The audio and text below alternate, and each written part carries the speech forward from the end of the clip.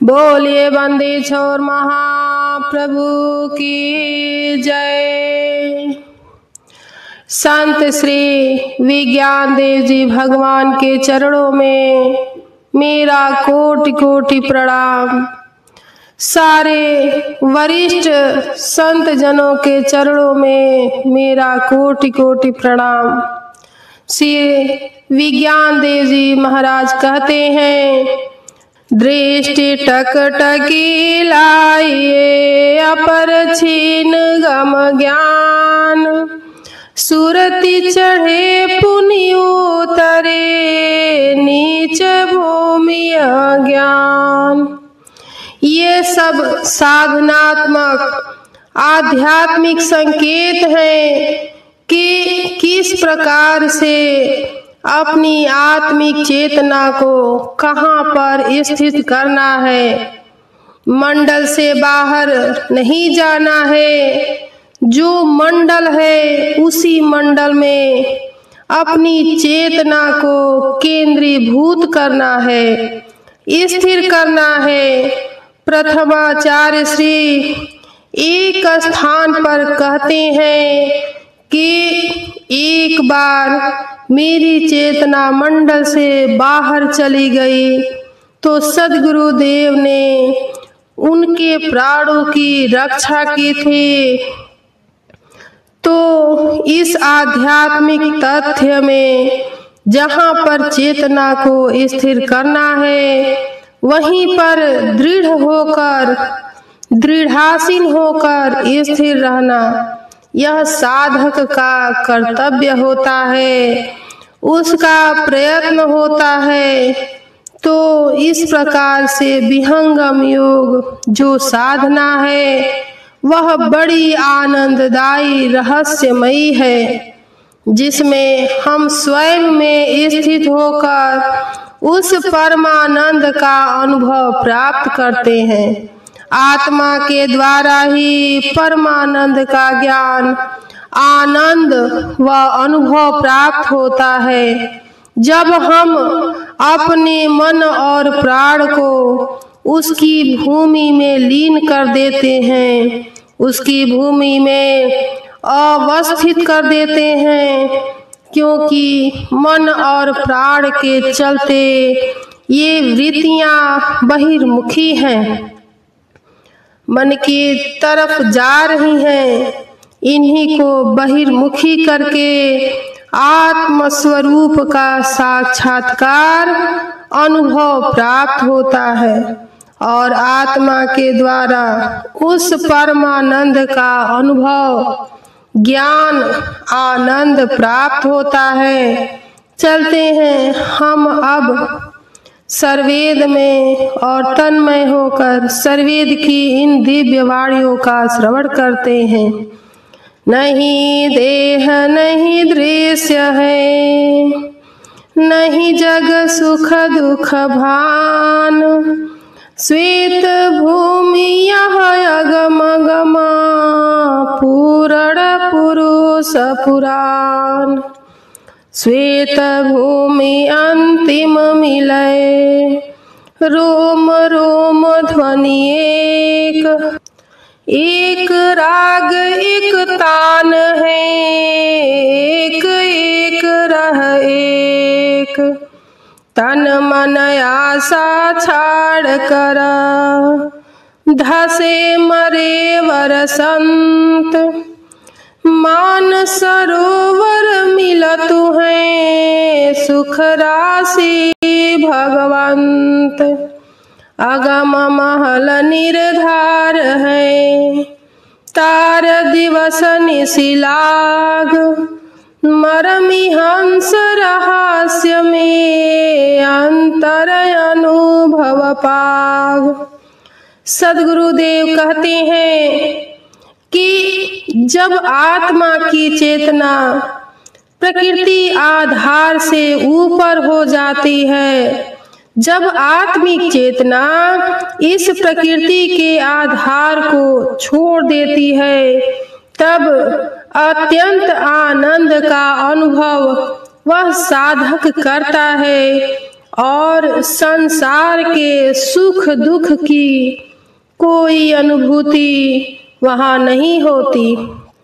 वह तो श्वेत भूमि है, वह तो श्वेत शून्य है, वह तो अगम महल है, वह तो निराधार महल है, जहाँ पर सांसारिक कोई दृश्य नहीं है, कोई देह नहीं है। वह अगम महल है जिसे सद्गुरुदेव ने कहा है संसार के सुख दुखों की अनुभूति वहाँ पर नहीं है, क्योंकि आत्म चेतना प्रकृति के आधार से ऊपर उठ गई है। प्रकृति आधार तो ही छुड़वाऊं, निज स्वरूप ठहराऊंगा।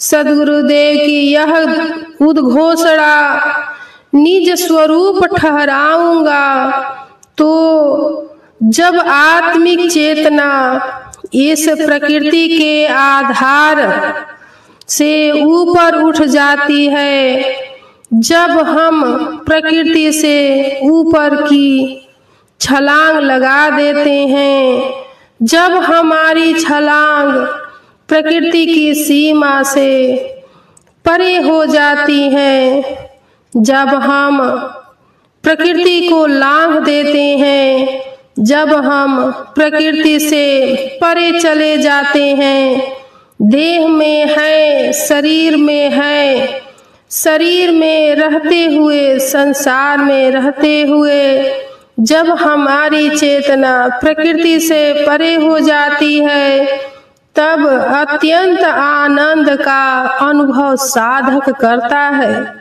उस समय सांसारिक सुख दुख की कोई अनुभूति नहीं है, संसार का कोई प्रपंच नहीं है। वह अगम महल है, वह श्वेत भूमि है, वह श्वेत शून्य है। मन और प्राण को अंतर्मुखी कर उनका निरोध अत्यंत आवश्यक हो जाता है। मन और प्राण को उसकी भूमि में लीन कर आत्मा में स्थित होकर और उस परमानंद के आनंद को साधक प्राप्त करता है। प्रकृति से परे पदार्थों का वह अनुभव कर लेता है। यह अंतिम भूमि है जहाँ पर व्यापक शब्द प्रकट होता है। ये स्थूल शब्द और सूक्ष्म शब्द जो इस ब्रह्मांड में हो रहे हैं, अनहद के शब्द हैं। 10 प्रकार के अनहद हैं जो ब्रह्मांड में होते रहते हैं।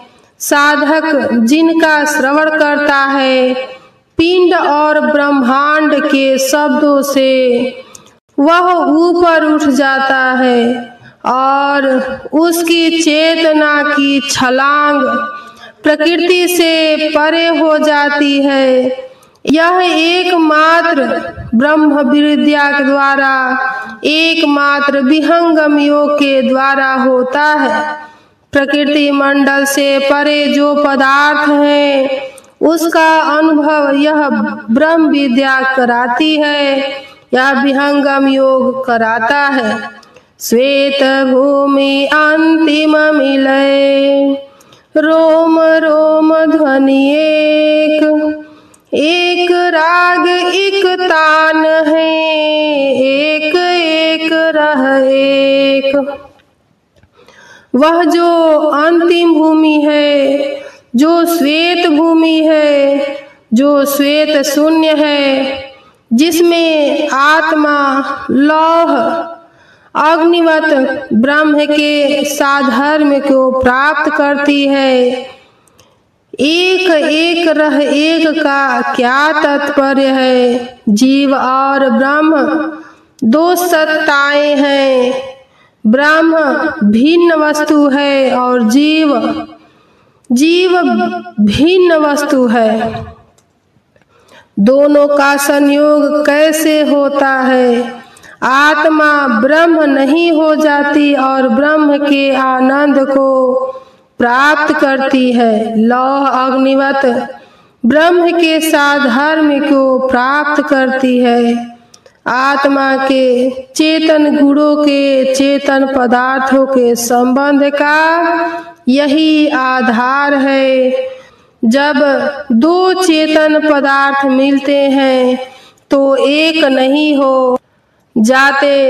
चेतन अपना अस्तित्व नहीं मिटा सकता, आत्मा को ही अनुभव करना है, आत्मा ही अनुभव करती है। इतना अधिक आनंद है भोक्ता आप ही भूल। अब क्या पूछो मधुकसा जो सब सुख का मूल। जो आत्मा ही उस आनंद का अनुभव प्राप्त करती है। लोहा को अग्नि पर तपाते हैं तो अग्नि स्वरूप हो जाता है। आत्मा लौह अग्निवत ब्रह्म के साधर्म्य को प्राप्त करती है, अपना अस्तित्व प्राप्त करती है। अपने अस्तित्व को मिटाकर परमात्मा में नहीं स्थित होती है। उस परम श्वेत भूमि में, उस श्वेत शून्य में वह स्थित होती है, लेकिन उसका अस्तित्व तथा अनुभव उसी को प्राप्त करना है। इस प्रकार से जब प्रकृति से परे पदार्थ का अनुभव साधक प्राप्त करता है तो अत्यंत आनंद का वह स्वामी हो जाता है। तन मन आशा छाड़ कर धसे मरे वर संत। मान सरोवर मिलतु है सुख राशि भगवंत। सद्गुरुदेव कहते हैं तब समस्त आस वासनाएं नष्ट हो जाती हैं। तन और मन की समस्त आस वासनाएं नष्ट हो जाती हैं। मान सरोवर की वह प्राप्ति करता है। हंसों का वह निवास स्थान है, इसे मान सरोवर कहा है। और उस सुख राशि भगवंत परम सुख को, परम आनंद को वह आत्मा प्राप्त करती है। तो इस प्रकार से इन वाणियों में विहंगम योग की साधनात्मक स्थिति का, साधना की ऊंचाइयों का हमें बोध प्राप्त होता है। किस प्रकार से साधक साधना के क्षेत्र में आगे बढ़ता है, किस प्रकार वह अपने मन को नियंत्रित कर, संयमित कर, पवित्र कर और मन को उसकी भूमि में लीन कर आत्मा में स्थित होकर परमानंद का भजन करता है, परमानंद की भक्ति करता है, परम आनंद में निमग्न हो जाता है। सद्गुरुदेव ने अपने समस्त आध्यात्मिक अनुभव को लिपिबद्ध किया है। सर्वेद में देखिए कितना स्पष्ट वर्णन प्राप्त होता है, किस प्रकार से साधक ये पिंड और ब्रह्मांड के शब्दों से ऊपर उठ जाता है। कैसे मकर तार प्रवेश के लिए वह दिव्य प्रकाश को, द्वार को प्राप्त करता है। आत्मा की चेतन किरण क्या है, सुरति क्या है, कैसे अपनी चेतना को गुरु मंडल में वह स्थित कर देता है और उस परमानंद का आनंद प्राप्त करता है। ये सब साधनात्मक विषय है, स्पष्ट रूप से सर्वेद में प्राप्त होते हैं। और कितनी दिव्य अनुभूति है ये कितने दिव्य अनुभव है सद्गुरुदेव के, और उसी अनुभव से उन्होंने हमें परिचित कराया है ब्रह्म विद्या के सिद्धांत का, बोध साधकों के आध्यात्मिक कल्याण का मार्ग प्रशस्त करता है। शब्द स्नेही मैं जगा भूमि स्नेही माही, वह लीन धार प्रवाह में मगन लगन जन जाए। माप नाप निश्चय भया ठीक ठिकान निशान, मंडल से बाहर नहीं अद्भुत खेल समान। मायू बादल बरसती सहस फुहार धार, तन मन आत्म भीजता शीतल शांति सुधार। व्रत भांग नहीं हो सके धर्म छोड़ नहीं साथ, भक्ति तार टूटे नहीं संत प्रबोध सनाथ। तो सर्वेद की वाणी क्या कहती? शब्द स्नेही मैं जगा भूमि स्नेही माही, वह लीन धार प्रवाह में मगन लगन जन जाए। जो शब्द में स्नेही संत है, उनका आधार क्या है? वे किस आधार पर स्थित होते हैं? जो संत स्नेही संत हैं, वे स्वयं के आधार पर स्थित होते हैं। आत्मा क्या वस्तु है, उसका उन्हें प्रत्यक्ष ज्ञान बोध अनुभव प्राप्त रहता है। जिसको स्वयं का ज्ञान नहीं, जिसको स्वयं का बोध नहीं, वह किस आधार पर अपनी भक्ति की अवस्था को प्राप्त करेगा? उसकी भक्ति का आधार क्या होगा? जिसे स्वयं का ही ज्ञान नहीं, जिसे स्वयं का बोध नहीं, जो आत्म भूमि में स्थिर नहीं है, जो अपनी भूमि पर स्थिर नहीं है, वह क्या भक्ति करेगा? विहंगम योग यही कहता है कि प्यारे, पहले स्वयं को तो जानो, पहले स्वयं का साक्षात्कार करो, स्वयं के आधार को पकड़ो। और जिसे स्वयं के आधार का पता ही नहीं, वह क्या भक्ति करेगा? वह कर्म कर सकता है, वह कर्म करता है, भक्ति नहीं होती उससे। सर्वेद कहता है, विहंगम योग कहता है कि कर्म अलग वस्तु है और भक्ति भिन्न वस्तु है। ये दोनों भिन्न वस्तुएं हैं। आज व्यक्ति कहता है कर्म, और वह यह समझता है, इस गफलत में रहता है कि इस गलतफहमी में रहता है कि मैं बहुत बड़ा भक्त हूँ, मैं भक्ति कर रहा हूँ। तो कर्म और भक्ति ये दो भिन्न वस्तुएं हैं। सामान्य भक्ति करता है कर्म, और वह समझता है कि मैं तो भक्ति कर रहा हूँ। वह भिन्न तीर्थ स्थानों में भ्रमण करता है, नाना प्रकार के पूजा पद्धतियों कर्म कांडों में अपने समय को व्यतीत करता है। नाना प्रकार के भाव विचार मन बुद्धि वाणी इंद्रियों के द्वारा प्रकट करता है, और वह यह समझता है कि मैं यही भक्ति है, ये कर्म है, प्रारंभिक शुभ का कर्म है, जिसके फल प्राप्त होते हैं। जिस प्रकार का कर्म रहता है, उस प्रकार का फल उपस्थित होता है। शुभ कर्म का फल शुभ रूप से है, अशुभ कर्म का फल अशुभ रूप में, दोनों फलदायी होते हैं। बोलिए बंदी छोड़ महाप्रभु की जय।